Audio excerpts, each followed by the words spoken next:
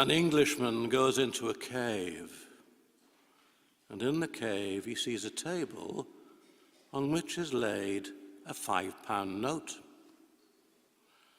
And he picks up the £5 note, and a voice comes, "I am the ghost of Cain and Abel. Put that £5 note back on the table." In a moment of fright, he puts the £5 note back on the table and runs out of the cave. A Scotsman enters the cave, sees the note, picks it up, and the voice again comes, "I am the ghost of Cain and Abel. Put that £5 note back on the table." And so he does and runs out. An Irishman walks into the cave, sees the £5 note, picks it up. "I am the ghost of Cain and Abel. Put that £5 note back on the table." And the Irishman says, "I'm the ghost of Davy Crockett. I'll put this £5 note in my pocket," and goes off with it. That's a very old joke. It's well over 60 years old. I remember being taught it as a child.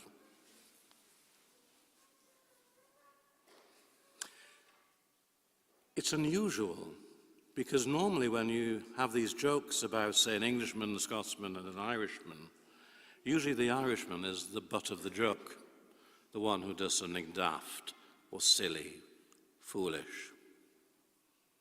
This is not unique to telling jokes in these islands. In France, for example, they tell jokes about Belgians. And just as you might say, well, for Englishmen, Irishmen, Scotsman jokes, it's not really, it's true to say that Irish are thick or anything, that's just daft. It's a kind of incipient racism. Similarly for the French and Belgians. I'm told that if you're American, you tell jokes about Polish people.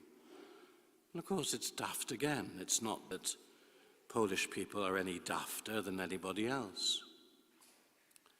Believe it or not, Geordies tell jokes about Mackhams. Now I have to think about that one.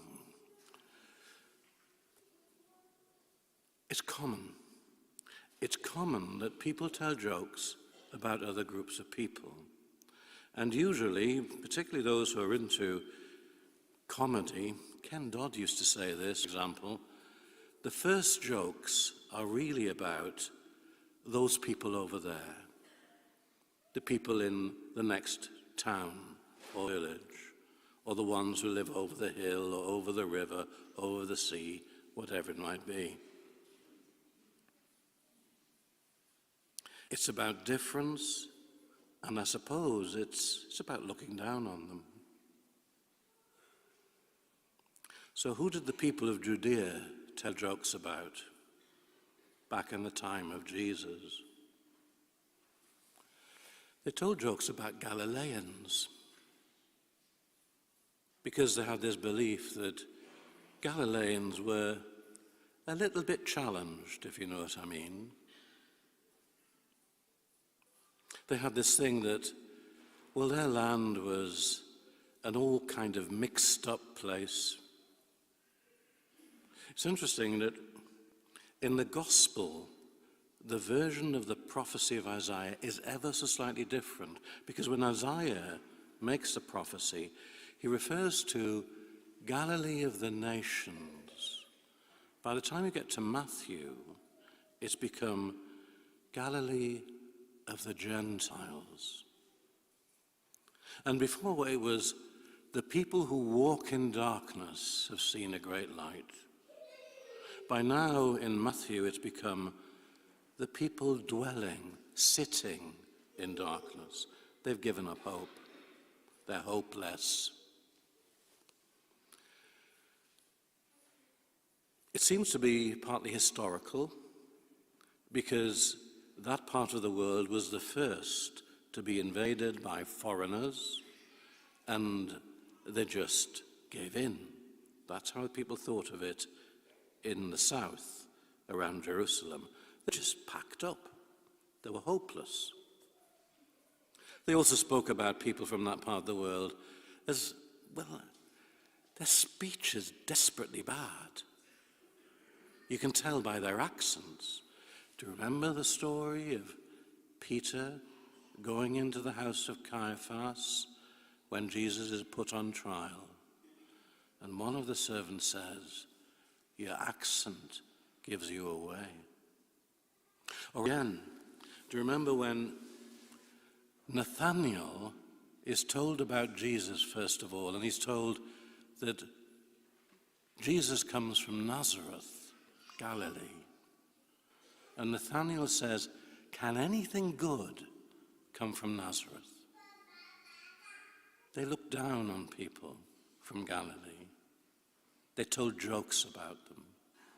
They thought they were uncouth, spoke badly, dressed badly, just were hopeless people.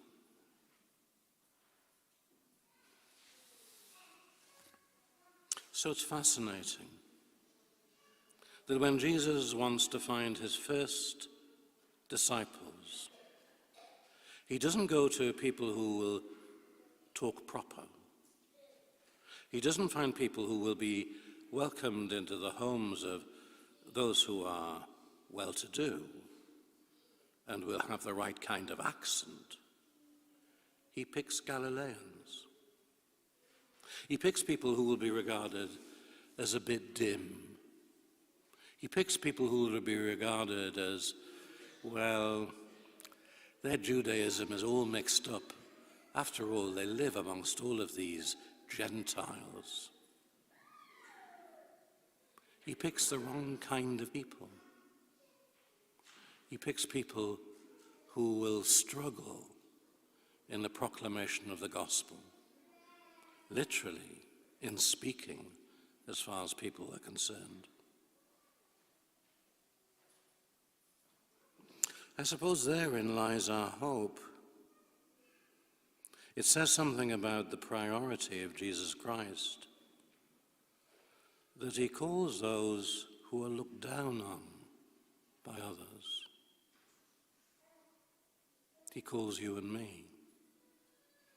And I suppose in that, we recognize that we're not always as perfect as we would like to be.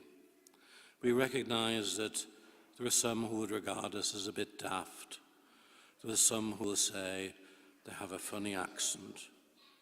They look a bit disheveled.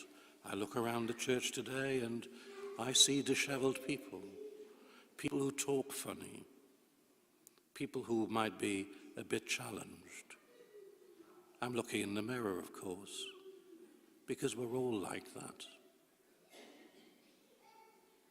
But therein lies our hope. The Lord calls Galileans, and he calls you and me.